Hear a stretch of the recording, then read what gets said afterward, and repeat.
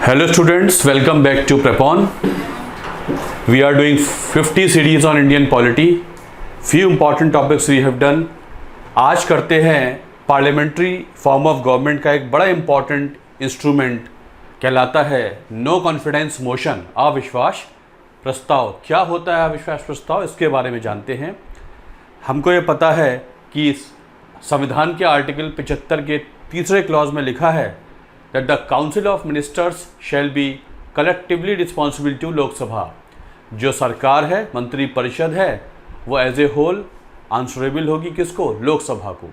इसका मतलब है कि सरकार में विश्वास है या नहीं है, यह तय करने का अधिकार लोकसभा को ही होता है। इसलिए अविश्वास प्रस्ताव का जो इंस्ट्रूमेंट है वो लोकसभा में ही आता है। इसके बारे में जान लेते हैं। सरकार बनेगी तो लोकसभा में, सरकार गिरेगी तो लोकसभा में। तो सबसे पहले तो ये कि नो कॉन्फिडेंस मोशन, सबसे पहली बात ये है कि ये संविधान में मेंशन नहीं है, इसका कहीं मेंशन कॉन्स्टिट्यूशन में नहीं होता है। ये तो रूल नंबर 198 है। लोकसभा के जो रूल्स ऑफ प्रोसीजर्स होते हैं उनका जो रूल नंबर 198 है वो कहलाता है नो कॉन्फिडेंस मोशन। मैंने बताया क्योंकि सरकार आंसरेबल है लोकसभा को, काउंसिल ऑफ मिनिस्टर्स, तो ये लोकसभा में ही आ सकता है। भले ही प्रधानमंत्री मेंबर हों राज्यसभा के, लेकिन अविश्वास प्रस्ताव तो उनके खिलाफ, उनकी सरकार के खिलाफ लोकसभा में ही आएगा। जब भी ये लाया जाता है तो ये बताने की ज़रूरत नहीं होती है कि किस स्पेसिफिक ग्राउंड पे हम इसको ला रहे हैं। अपोजिशन मेंबर्स ये नहीं बताएंगे कि आपने महंगाई पे काम नहीं किया इसलिए ला रहे हैं। ये कहते हैं सरकार के हर क्षेत्र में सरकार विफल रही है, तो इसको लाने के लिए कोई स्पेसिफिक ग्राउंड की आवश्यकता नहीं होती। It is the general no confidence in the government of the days. Opposition कहता है, अपोजिशन कहने का मतलब है कि जो और लोग हैं जिनको वो रिप्रेजेंट कर रहे हैं, भारत की जनता कहती है कि सरकार हर क्षेत्र में विफल रही है। तो पहला पॉइंट ये जानना होगा आपको, इसको लाने के लिए कोई ग्राउंड बताने की ज़रूरत नहीं होती है। जो मेंबर है वो नोटिस सबमिट करता है स्पीकर ऑफ लोकसभा को। स्पीकर को लगता है कि नोटिस ऑर्डर में है, नियम के अनुसार है, तो स्पीकर नोटिस को एडमिट कर लेते हैं। उनको लगता है कि इस नोटिस ऑर्डर में नहीं है तो वो नोटिस को रिजेक्ट भी कर सकते हैं। काफ़ी कुछ दारोमदार या डिस्क्रिशन यहाँ स्पीकर के पास होता है। उनको अगर लगा कि ये नोटिस ऑर्डर में है तो फिर वो बोलेंगे हाउस की लीव ली जाए। Leave of the house is necessary, house की लीव ले ली जाए। लीव का मतलब है कि वो मेंबर ने तो नोटिस दे दिया है कि मैं सरकार के खिलाफ लाना चाहता हूं अविश्वास प्रस्ताव, लेकिन वो कहते हैं हाउस से तो पूछ लें क्या हाउस रेडी है इस अविश्वास प्रस्ताव को डिस्कस करने के लिए। इसे कहते हैं लीव ऑफ द हाउस लेना। तो अगर 50 मेंबर अपनी सीटों पर खड़े हो जाए, अपनी जहाँ सीट है वहाँ खड़े हो जाए कि हाँ, अगर 50 member rise in their seats, इसका मतलब हाउस रेडी है उस नोटिस को डिस्कस करने के लिए। अगर ये 50 नंबर नहीं हो पाता है तो नोटिस भी खारिज हो जाएगा। इसे कहते हैं लीव ऑफ द हाउस। और जो लीव ऑफ द हाउस जब ग्रांट हो जाती है तो उसके 10 दिन के अंदर इसको टेकअप करना ज़रूरी है। स्पीकर कहते हैं अपोजिशन से, उस मेंबर से कहते हैं आप लोग तय कर लीजिए आने वाले 10 दिन में आप इसे कब डिस्कस करना चाहेंगे। अगर 10 दिन में वो नहीं कर ले पाते हैं तो नोटिस लीव लैप्स हो जाती है, वो लीव ख़त्म हो जाती है। जो भी दिन तय होता है उस दिन अपोजिशन मेंबर्स सारे के सारे सरकार पे ब्लेम लगाते हैं, एक्यूजेशन करते हैं कि सरकार इस क्षेत्र में विफल रही, इस क्षेत्र में विफल रही। पूरा वो अपना ब्लेम्स लगाएंगे और सरकार की तरफ से प्रधानमंत्री और मंत्री आंसर देंगे, वो रिप्लाई देंगे। अपोजिशन ये प्रूफ करने में लगा रहेगा अपने एविडेंसेस के साथ कि सरकार ने ठीक से काम नहीं किया, और सरकार ये बताती रहेगी कि आपके जो ब्लेम्स एक्यूजेशंस है वो रॉन्ग हैं। मतलब एक तरीके से बहस सी लोकसभा में हो जाती है। फाइनली ये वोट के लिए जाता है, इस पे वोटिंग होती है। अगर ये पास हो गया सरकार के खिलाफ, तो एब्सोल्यूट मेजॉरिटी से पास हो गया सरकार के खिलाफ, आधे से एक ज़्यादा, जितने टोटल स्ट्रेंथ है हाउस की उसके आधे से एक ज़्यादा, सरकार गिर जाएगी, सरकार को इस्तीफा देना पड़ेगा।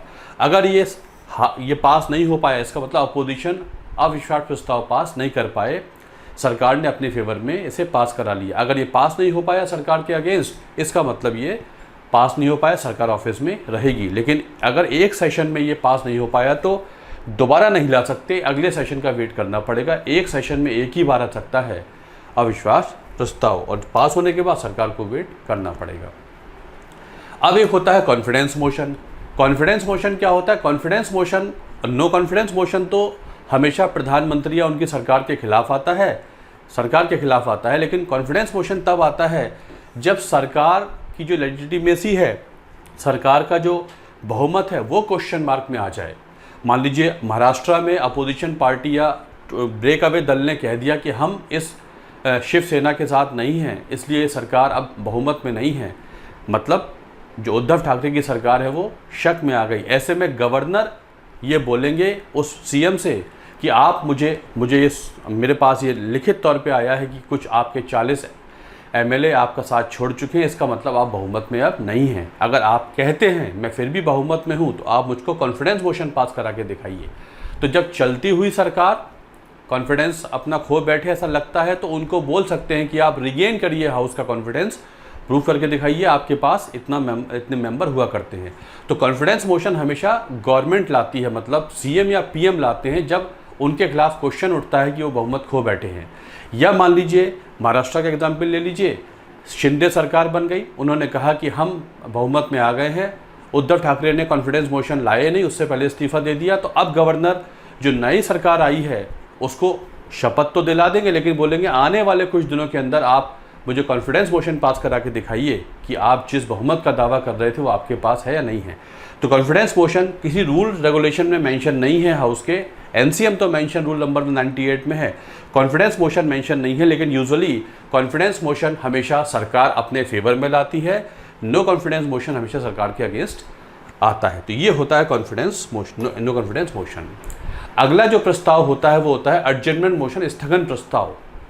ये भी लोकसभा के रूल्स प्रोसीजर में होता है, रूल नंबर 56 होता है एडजर्नमेंट मोशन। ये वो इंस्ट्रूमेंट्स हैं जो सरकार से, पार्लियामेंट्री गवर्नमेंट का मकसद क्या है, वो लोकसभा को आंसरेबल है ना। तो आंसरेबिलिटी लेने के तरीके हैं। एनसीएम क्या है, सरकार को क्वेश्चन करना है, अगर सरकार आंसर नहीं दे पा रही है तो सत्ता छोड़नी पड़ेगी। ऐसी एडजर्नमेंट मोशन भी एक इंस्ट्रूमेंट है जिससे अकाउंटेबिलिटी को फुलफिल करने के लिए कोशिश की जाती है। तो स्थगन प्रस्ताव एक सेकंड नंबर का बहुत स्ट्रांग इंस्ट्रूमेंट होता है जिससे सरकार को बिल्कुल स्क्रूटनाइज किया जा सकता है। ये रूल नंबर 56 होता है लोकसभा का, ये लोकसभा में ही आ सकता है, ये राज्यसभा में नहीं आ सकता है। It is a very powerful device which enables the member to raise discussion in the house on a definite matter of urgent public importance of return reference. 2-3 बातें होनी चाहिए, एक तो हाल फिलहाल का मुद्दा हो, पब्लिक इंपॉर्टेंस का मुद्दा हो और डेफिनेट मैटर हो, वेग मैटर ना हो। अब ये तय नहीं हुआ है, जैसे महंगाई बढ़ रही है, अब महंगाई एक डेफिनेट मैटर है, हाल फिलहाल का है, पब्लिक इंपॉर्टेंस का है। इस पे चाहे तो अपोजिशन कह सकता है कि अमेरिका रिसेशन में जा चुका है, अनऑफिशियली जा चुका है, भारत में भी स्टैगफ्लेशन के हालात बनते जा रहे हैं, ग्रोथ एम्प्लॉयमेंट नहीं है, ग्रोथ दिखा रहे हैं कि ग्रोथ हो रही है। ऐसे में हमको लगता है कि सरकार आंसरेबिलिटी बनती है, हम चाहते हैं कि इस पे एक गहराई से डिस्कशन होना चाहिए। तो अपोजिशन मेंबर क्या करेंगे, एक नोटिस दे देंगे और नोटिस देने के बाद स्पीकर देखते हैं कि हाँ, स्पीकर चेक करेंगे क्या मैटर हाल फिलहाल का है, क्या मैटर वाकई में पब्लिक इंपॉर्टेंस का है, क्या ये डेफिनेट मैटर है, ये पक चुका है कि हाँ डिस्कशन होनी चाहिए। ऐसा नहीं है अभी ये बना ही नहीं है और समय से पहले ही अपोजिशन इसको डिस्कस करने की बात कर रहा है। स्पीकर अगर सेटिस्फाइड हैं तो वो नोटिस ओके कर लेंगे, अगर वो सेटिस्फाइड नहीं है, यहाँ भी डिस्क्रिप्शन किसके पास है, स्पीकर के पास है, वो चाहे तो नोटिस एक्सेप्ट ना करें। एडजर्नमेंट मोशन के नोटिस आते रहते हैं, स्पीकर एक्सेप्ट नहीं करते हैं।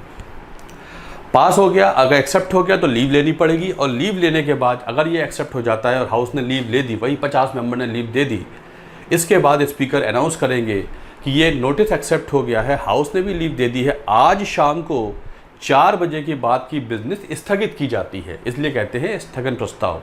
उस दिन सुबह ही लाया जा सकता है स्थगन प्रस्ताव। आज 4 बजे के बाद की बिजनेस जो लिस्टेड बिजनेस है, एजेंडा ऑफ द हाउस है, जो मैंने आपको बताया था, वो स्थगित की जाती है और आज डिस्कशन होगा महंगाई के ऊपर, हाउस डिस्कस करेगा। 4 बजे के बाद की बिजनेस डिस्कस हो खत्म हो जाएगी और उस दिन सिर्फ 2.5 घंटे के लिए जो स्थगन प्रस्ताव का मुद्दा है ये एक ही मुद्दे पर आएगा। एनसीएम में तो जनरल नो कॉन्फिडेंस है, यहाँ तो सरकार की पॉलिसी को क्वेश्चन करने जा रहे हैं, तो यहाँ पर फिर ये 2.5 घंटे डिस्कशन होगा, उस दिन वाइंड अप करना पड़ेगा, 2.5 घंटे से आगे नहीं ले जाते हैं और फाइनली इस पर वोट होता है। अगर ये वोट सरकार के खिलाफ पास हो गया, इसका मतलब सरकार क्वेश्चन में आ गई है कि सरकार उस नीति पर फेलियर हुई है।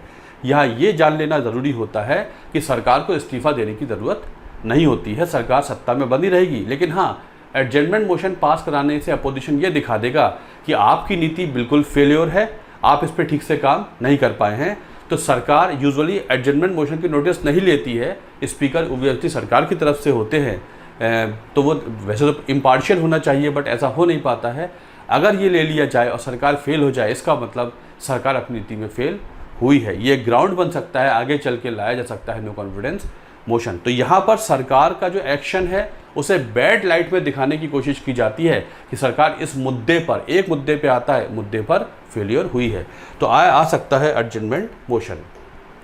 इसमें इस्तीफा देने की नीड नहीं होती, ठीक है। जैसे डीमोनेटाइजेशन पर अपोजिशन पार्टी कहती रही कि आप एडजर्नमेंट मोशन लाइए, बट उस समय स्पीकर ने कहा कि नहीं, कोई ज़रूरी नहीं है, इस पर और तरीके से काम हो सकता है, शॉर्ट ड्यूरेशन डिस्कशन कर लीजिए आप। रूल नंबर 193 में SDS होता है, शॉर्ट ड्यूरेशन SDD, उसमें आ जाइए, एडजर्नमेंट मोशन की आवश्यकता नहीं लगती हमको, उसमें भी डिस्कशन हो सकता है। SDD में क्या होता है, वोट नहीं होता है। तो इस तरीके से एडजर्नमेंट मोशन यूजुअली नहीं लेते हैं, क्योंकि इसमें अगर पास हो गया सरकार के खिलाफ तो सरकार बैड लाइट में देख सकती है। एक होता है छोटा सा मोशन कॉल सेंसर मोशन, ये मंत्री के खिलाफ भी आ सकता है, कुछ मंत्रियों के खिलाफ भी आ सकता है, या पूरी सरकार के खिलाफ भी आ सकता है। ये सरकार को सेंसर करने के लिए आता है। सरकार ठीक से काम नहीं कर पा रही है तो कह सकते हैं मेंबर्स, आप लोग ठीक से काम करिए, आपको हम सेंसर करते हैं, वार्न करते हैं कि आप ठीक से काम करिए। अगर ये पास हो जाएगा, वोट तो होता है इस पर, तो गवर्नमेंट को इस्तीफा देने की नीड नहीं होती, गवर्नमेंट नीड नॉट रिजाइन, और ये भी किसी रूल में मेंशन नहीं होता। तो एक ही छोटा सा मोशन है सेंसर मोशन, जिसका मतलब सरकार को स्कोल्ड करते हैं, उसको एक तरीके से मेंबर्स कह रहे हैं कि भाई ठीक से काम करो, आप ठीक से काम नहीं कर पा रहे हैं, तो आ जाता है सेंसर मोशन। ये एक मंत्री के खिलाफ भी आ सकता है, सरकार के खिलाफ भी आ सकता है, कुछ मंत्रियों के खिलाफ भी आ सकता है। तो ये हुआ करते हैं कुछ इंस्ट्रूमेंट जिनके ज़रिए सरकार को घेरता है अपोजिशन। अपोजिशन घेरने का मतलब है, घेरता है लोकसभा, इसका मतलब है कि लोग घेर रहे हैं, लोगों ने जिनको चुन के भेजा है, लोगों के बिहाफ पर क्वेश्चन करते हैं सरकार से मेंबर्स, और लोकसभा के नियम वगैरह होते हैं जिनके ज़रिए सरकार को घेरा जाता है, सरकार की अकाउंटेबिलिटी बनती है। संसदीय प्रणाली का सबसे इंपॉर्टेंट फीचर ये होता है कि सरकार has to be accountable to the people of India through whom, through their chosen representatives, and their representatives sit where, in Lok Sabha. इसलिए लोकसभा पावरफुल हाउस होता है जो सरकार को चेक करता रहता है कि सरकार अभी भी सत्ता में रहने लायक है या नहीं है। This is about certain instruments which are used in the parliament. चलिए, आपकी समझ में आई होगी बात। अगले वीडियो में ऐसा ही कुछ और डिस्कस करेंगे और जल्दी से शुरू कर देंगे Indian judiciary, supreme court, high court and district courts. Thanks a lot for watching this video. Thank you very much.